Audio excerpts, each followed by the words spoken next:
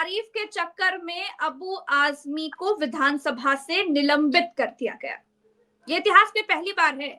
क्या औरंगजेब इतना खतरनाक था कि उसके चक्कर में विधानसभा से एक विधायक को निलंबित कर दिया गया? एक तरफ औरंगजेब की तारीफ करने वाले विधायक को निलंबित किया जा रहा है और दूसरी तरफ मुगलों के गुलाम के रिश्तेदारों को राजस्थान में डिप्टी सीएम बना दिया जा रहा है। बहुत सारे सवाल लोग उठा रहे हैं। आज हमारे साथ इतिहास के जानकार डॉक्टर राकेश पाठक जी हैं। सर, आपका बहुत बहुत स्वागत है। राकेश सर, औरंगजेब कैसा आदमी था, जरा दर्शकों को बताइएगा। उसके बारे में ये कहा जाता है कि वो रोज 10,000 ब्राह्मणों को काटता था। 49 साल उसने राज किया। तो अगर 49 साल राज किया तो ब्राह्मण बचा कैसे भारत में फिर? प्रज्ञा जी, अगर सचमुच में औरंगजेब ने हर दिन 10,000 ब्राह्मणों की हत्या के बाद, उनके जनेऊओं को इकट्ठा करने के बाद अपना दिन शुरू किया होता या भोजन करता होता, तो पाठक और मिश्रा भी नहीं बचे होते जो इस वक्त स्क्रीन पर दिखाई दे रहे हैं। हम और आप भी कहाँ होते, हमारे पुरखे कहाँ होते। दरअसल में हमारे देश में इतिहास के साथ जितनी छेड़छाड़ हो रही है, इतिहास को जिस तरह विकृत करने की कोशिश की जा रही है, उसके पीछे एक सोची समझी मंशा है, साजिश है। सत्ता में बैठे लोग और उनका जो पितृ संगठन है राष्ट्रीय स्वयंसेवक संघ, वो सिर्फ हिंदू मुस्लिम राजनीति के चलते सांप्रदायिक विद्वेष की भावना से इस तरह की बातें फैलाता है। देखिए, राजे महाराजे, नवाब, बादशाह, सुल्तान जैसे सब थे, वैसा औरंगजेब था। औरंगजेब ने जो अत्याचार किए, जो क्रूरताएं की, कोई उसका समर्थन नहीं कर सकता। लेकिन इससे भी इनकार नहीं किया जा सकता कि औरंगजेब ही मुगल सल्तनत का वो बादशाह था जिसके मातहत, जिसके नियंत्रण में इस भारत का सबसे बड़ा भूभाग था। सबसे बड़े इलाके पर राज करने वाला मुगल साम्राज्य में जो एक व्यक्ति है, वो औरंगजेब है। 49 साल का वक्फा कोई बहुत छोटा समय नहीं होता, बहुत बड़ी अवधि है। आधी शताब्दी तक कोई व्यक्ति राज कर रहा है तो बहुत सारी योग्यताएं उसमें होंगी। उसके जो अत्याचार हैं, उसकी जो लड़ाइयां हैं, उसके जो युद्ध हैं, वो वैसे युद्ध हैं जैसे बाकी के राजा लड़ते रहे या लड़ते थे। जो लोग औरंगजेब की तारीफ करने या उसका जिक्र करने मात्र से एक विधायक को सदन से निलंबित कर रहे हैं, पहले उस पर हम बात कर लें, फिर औरंगजेब पर आएंगे।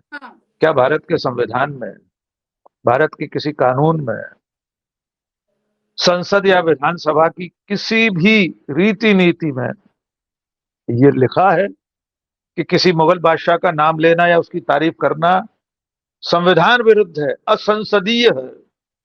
वो भी सदन के बाहर। उन्होंने, अबू आजमी ने जो बात कही, सदन के बाहर कही।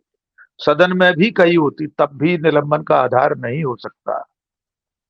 बताएं, भारतीय जनता पार्टी के लोग, देश का कौन सा कानून है, संसदीय नियमावली में कहां लिखा है कि औरंगजेब का नाम लेना ऐसा अपराध होगा कि आपको निलंबित कर दिया जाएगा पूरे सत्र के लिए? और इस देश की संसद में गोडसे जैसे हत्यारे की तारीफ करने वाले बैठे। पहले प्रज्ञा ठाकुर बैठी थी, अभी अभिजीत मुखर्जी हैं, बंगाल से चुनकर आए, हाईकोर्ट जज थे। उनसे सवाल पूछा गया था गॉडसे और गांधी का, तो वे तो गॉडसे के पक्ष में खड़े थे। आज भी ऐसे बहुत सारे लोग विधानसभा और लोकसभा में हैं। जहां तक औरंगजेब का प्रश्न है, संभाजी महाराज को लेकर जो छावा फिल्म आई है, उसके बाद से लोगों का खून खौल रहा है। पर ये लोग भूल जाते हैं कि औरंगजेब का सबसे अहम सिपह सालार कौन था? सवाई राजा जय सिंह, जिनके नाम पर जयपुर बना हुआ है। उनके खानदान की वारिस को तो आपने उप मुख्यमंत्री बना रखा है राजस्थान की सरकार में। दिया कुमारी सिंह कौन है? ऐसे कितने राजे रजवाड़े, कितने राजाओं के वंशज हैं जो भारतीय जनता पार्टी में पदों पर बैठे हुए। ज्योतिरादित्य सिंधिया, सिंधिया राजघराने के 1857 की क्रांति में अंग्रेजों के साथ थे। तो अगर भाजपा के अनुसार मुगल खराब थे तो मुगलों की गुलामी करने वाले भी तो खराब हुए ना, तो फिर कैसे इन्होंने उप मुख्यमंत्री बना दिया भाई राजस्थान में?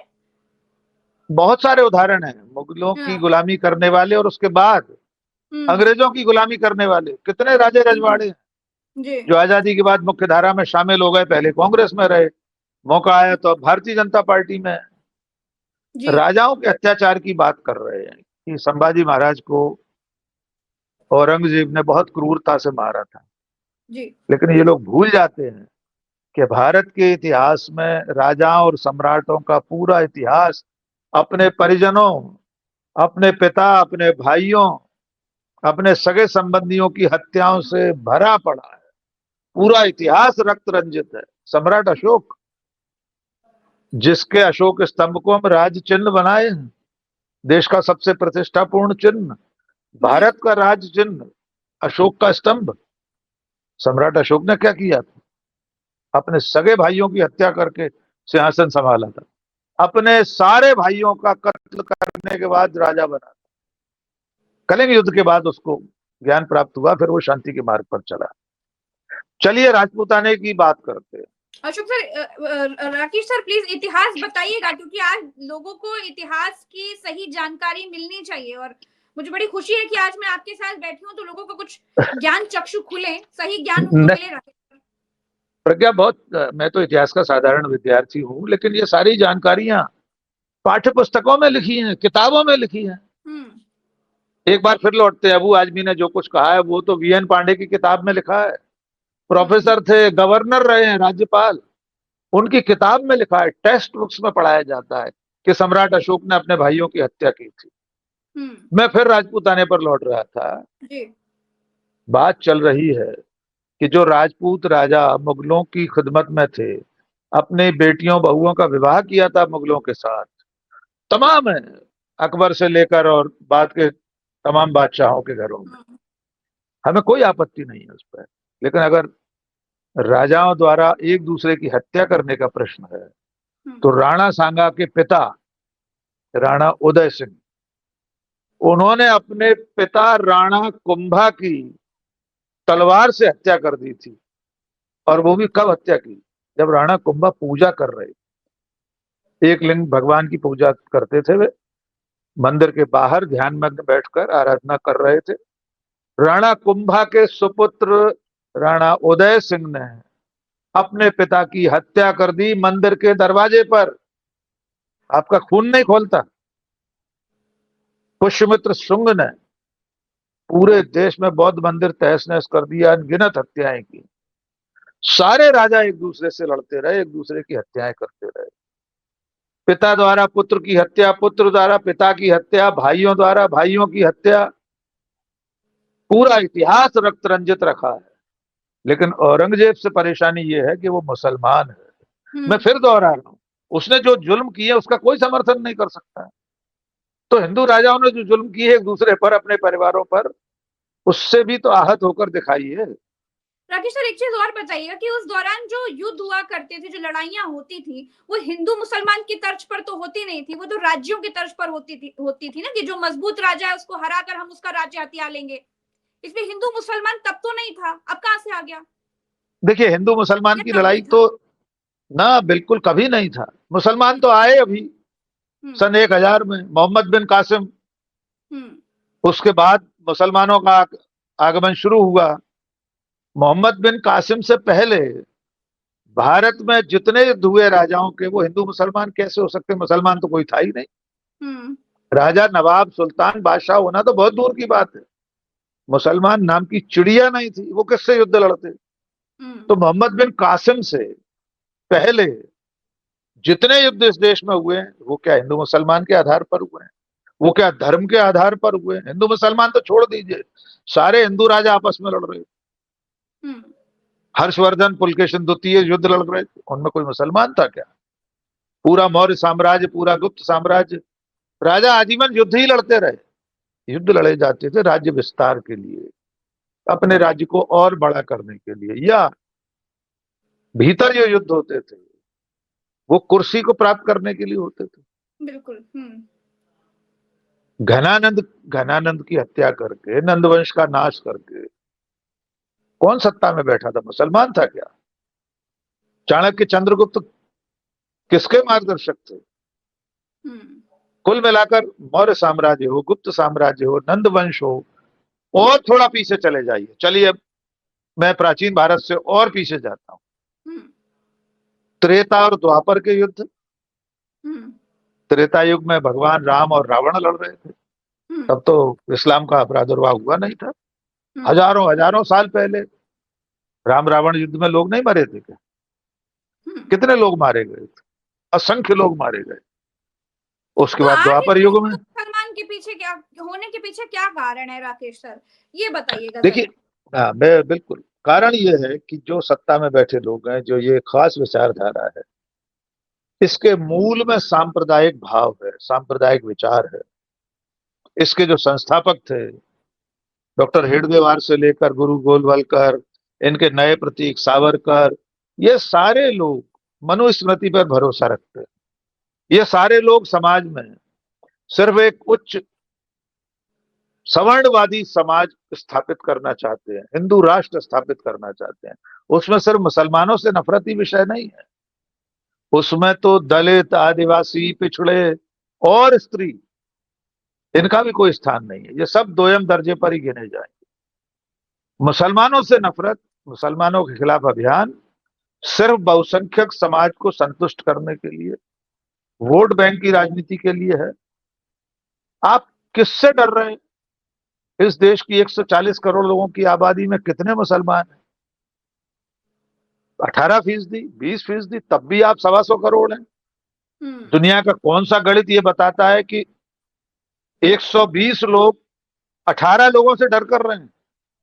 आप 125 करोड़ हैं, वे 18-20 करोड़ हैं।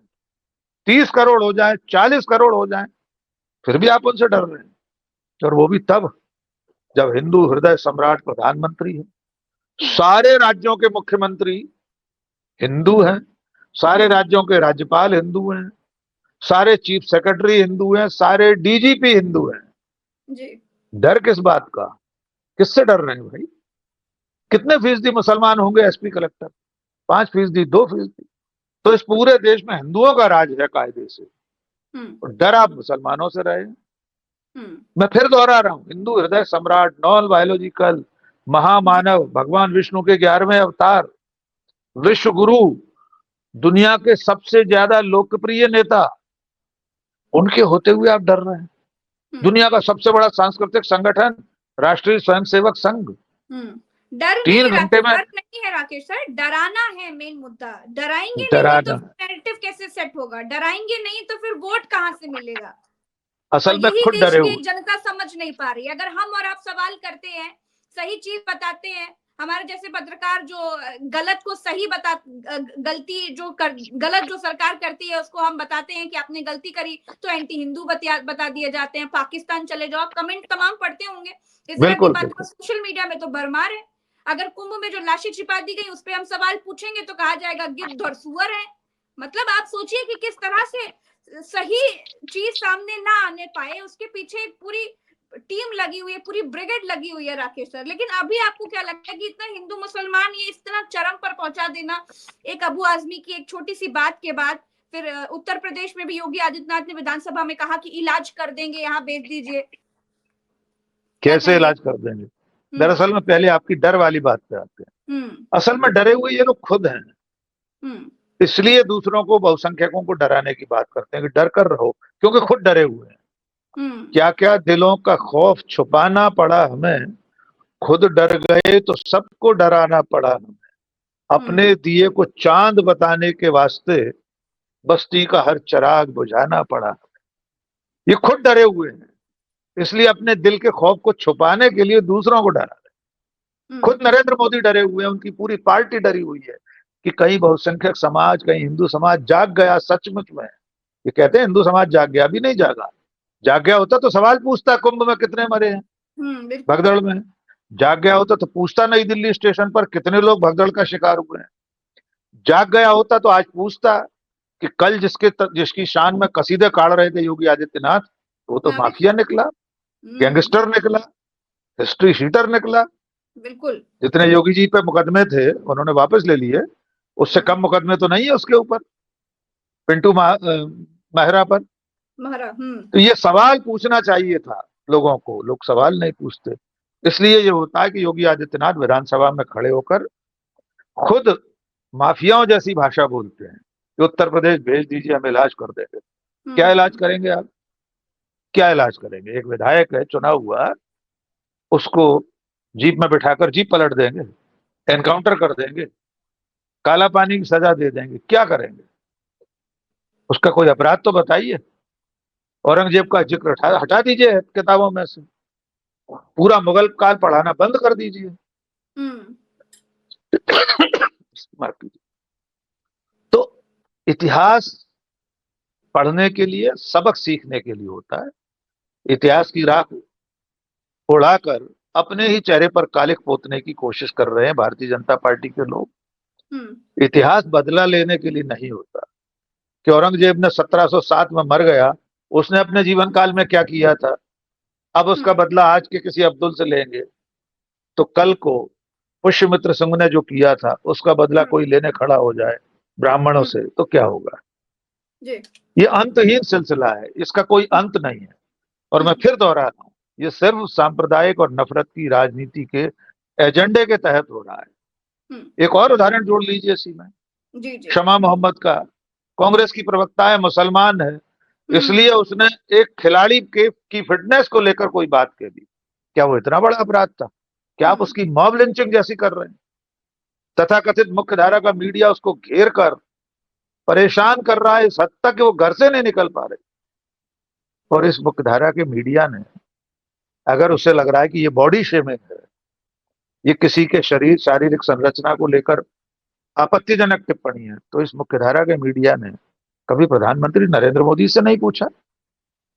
उन्होंने अबोध बच्चों की बीमारी जो होती है डिसलेक्सिया, उसका शिकार होते हैं बच्चे, एक मानसिक विकार है, एक शारीरिक अशक्तता है, उस बीमारी से पीड़ित बच्चों का मखौल उड़ाया था प्रधानमंत्री नरेंद्र मोदी ने। उससे बड़ी शेमिंग क्या हो सकती है? किसी ने पूछा नरेंद्र मोदी से कि आपने ऐसा बयान क्यों दिया? एक महिला को जब दुनिया में नहीं है 50 करोड़ की गर्लफ्रेंड कहा था, एक राष्ट्रीय पार्टी की अध्यक्ष को पार्टी की विधवा कहा, जर्सी गाय कहा, संसद में अपने समकक्ष एक सांसद को शूर्पणखा कहा। अंतहीन बातें हैं उनकी। किसी पत्रकार ने, मुख्यधारा के मीडिया ने कैमरा ठूंसा उनके मुंह में, पूछा उनसे कि आप स्त्री विरोधी बयान दे रहे हैं, ये शेमिंग है, महिला का अपमान है? कोई नहीं पूछता। शमा मोहम्मद मुसलमान है, उसमें भी कांग्रेस पार्टी की प्रवक्ता है, तो आप उसकी जान के पीछे पड़ जाइए, क्योंकि आपके हिंदू मुस्लिम नफरत के एजेंडे में ये सब चीजें सूट करती हैं आपको। जी।